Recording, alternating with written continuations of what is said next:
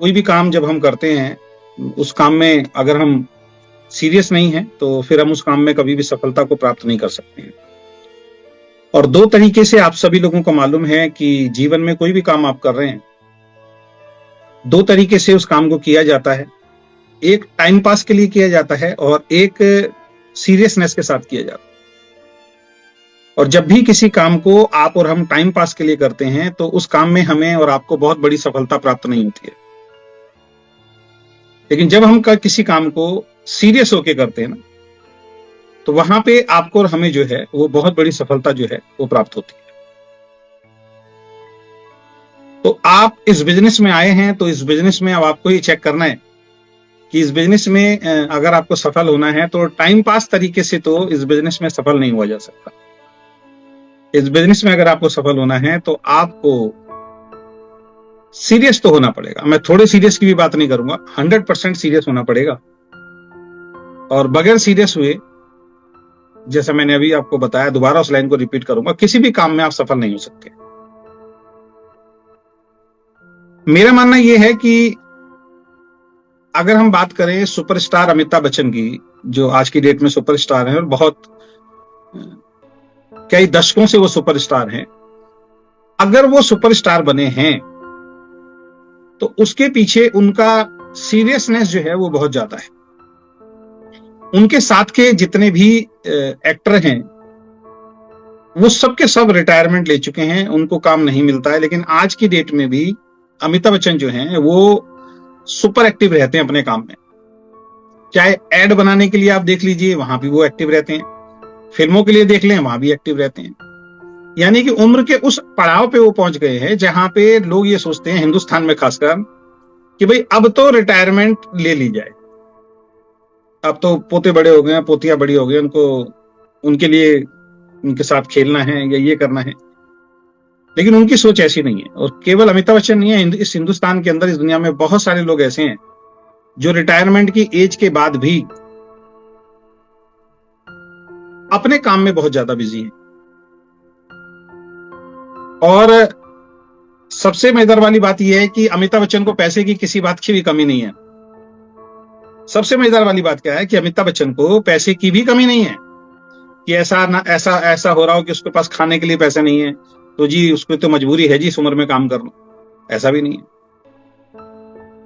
पैसा भी बहुत है, लेकिन उसके बावजूद भी वो आज की डेट में मेहनत कर रहे हैं। उसके पीछे के दो रीजन हैं। पहला रीजन, ऐसे आदमी को अपने काम के प्रति सीरियस होना कहते हैं कि वो अपने काम के प्रति बहुत सीरियस है।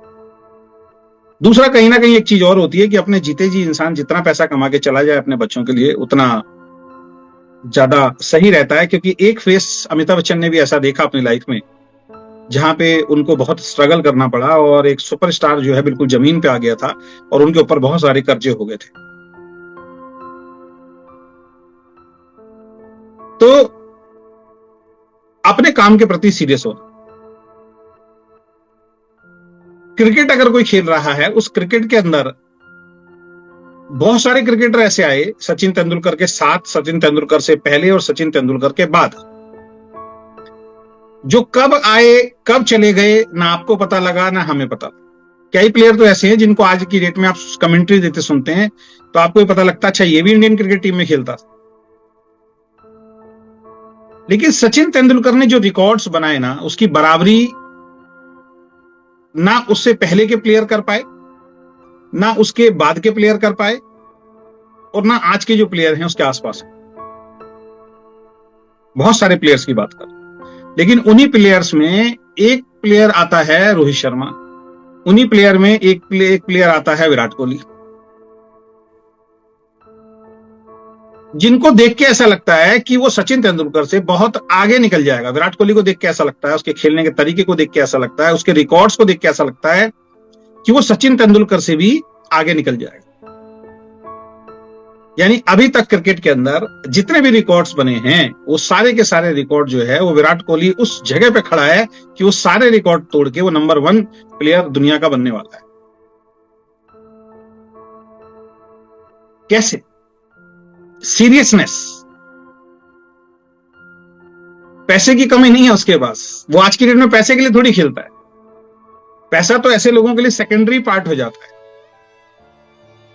और आप में से बहुत सारे लोग ये भी कह सकते हैं, सर इतना पैसा अगर मेरे पास हो फिर मैं भी काम कर लूंगा जी। नहीं दोस्त, उन्होंने उस दौर से काम करना शुरू किया है जब उनके पास किसी भी तरीके की कोई सक्सेस नहीं थी।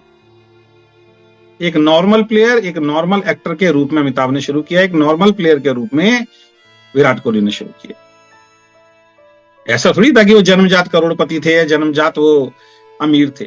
तो बहुत सारे गरीबों को, बहुत सारे मिडिल क्लास लोगों को एक ये भी समस्या रहती है, अगर इतना पैसा मेरे पास हो तो मैं भी जुनून के साथ काम कर सकता हूं।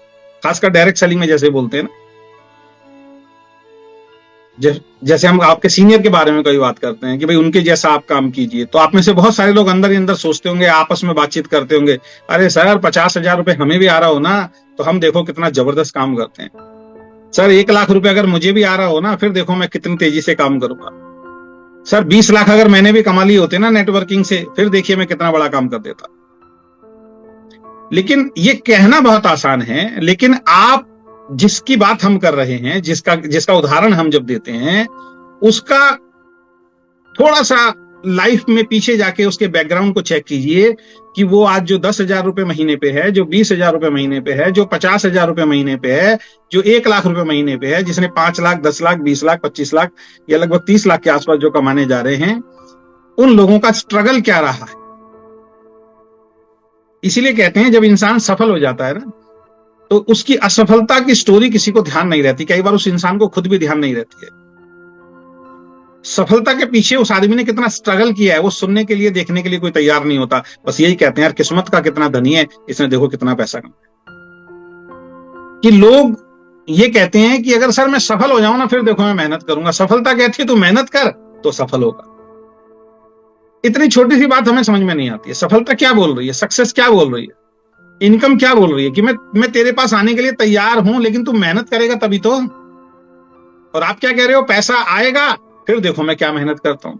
सफलता आएगी फिर देखो मैं क्या मेहनत करता हूं। डायमंड आएगा फिर देखो मैं क्या मेहनत करता हूं। और डायमंड क्या कह रहा है, पहले तू मेहनत कर, मैं तो तेरे पीछे पीछे आने के लिए तैयार हूं। इनकम क्या कह रही है, पहले तू मेहनत स्टार्ट कर, मैं तेरे पीछे पीछे आने के लिए तैयार हूं। सक्सेस बुलंदी क्या कह रही है, तू मेहनत करने के लिए तैयार हो, मैं तेरे पीछे पीछे आने के लिए तैयार हूं। हर चीज आपको मिल सकती है, लेकिन उसकी शुरुआत पहले आपको करनी पड़ेगी और उस दौर में करनी पड़ेगी जब आपके साथ ज्यादा स्ट्रगल हो। बड़ी सफलता, बड़ी सक्सेस जिन लोगों ने दुनिया में प्राप्त की है ना, वो उस टाइम पे उनके मन में विचार आया या उस टाइम पे उन्होंने अपने आप को संभाल के रखा जब उनका स्ट्रगलिंग फेज था। मैंने तो बहुत सारे ऐसे लोगों को देखा जो इस तरीके की बातें किया करते थे ना, सर बस ये थोड़ा सा टाइम निकल जाए सर, उसके बाद देखना मैं करूंगा। सर अभी थोड़ा ना मैं थोड़ा सा सर बिजी हूं, मेरी कुछ प्रॉपर्टी वगैरह बिक रही है सर, बस थोड़ा दिक्कत है, परेशानी है, उसके बाद देखना मैं ये करूंगा। सर मेरे ऊपर कर्जा है सर, ये कर्जा थोड़ा सा मैं उतार दूं, उसके बाद देखना मैं ये करूंगा। मैं बहुत सारे ऐसे लोगों को जानता हूं जिनके कर्जे उतर गए सर, उसके बाद वो कंफर्ट जोन में चले गए, कंफर्ट जोन में चले गए। असली टाइम कौन सा है काम करने का? काम करने का असली टाइम है जब आपके साथ विपरीत परिस्थितियां चल रही। हाँ, कुछ केसेस में ऐसा होता है कि आदमी बड़ा परेशान होता है, और मैं उसमें बोलता भी हूं आपको कि अगर आपके ऊपर किसी भी तरीके की ऐसी कोई प्रॉब्लम चल रही है तो उस प्रॉब्लम को पहले खत्म करो, उसके बाद काम शुरू करो। तो ऐसे बहुत सारे लोग भी हैं जो पहले अपनी प्रॉब्लम को साइड कर देते हैं, उसके बाद वो सीरियसली काम करते हैं और सफल होते हैं, क्योंकि वो प्रॉब्लम उनको काम नहीं करने देती। हर आदमी का एटीट्यूड, हर आदमी का माइंडसेट हमारी तरह नहीं होता कि प्रॉब्लम को भी साथ साथ लेके चले। तो कुछ लीडर ऐसे होते हैं जो प्रॉब्लम को जब खत्म हो जाती है उनके जीवन से, फिर वो मेहनत करते हैं, फिर वो तेजी से काम करते हैं।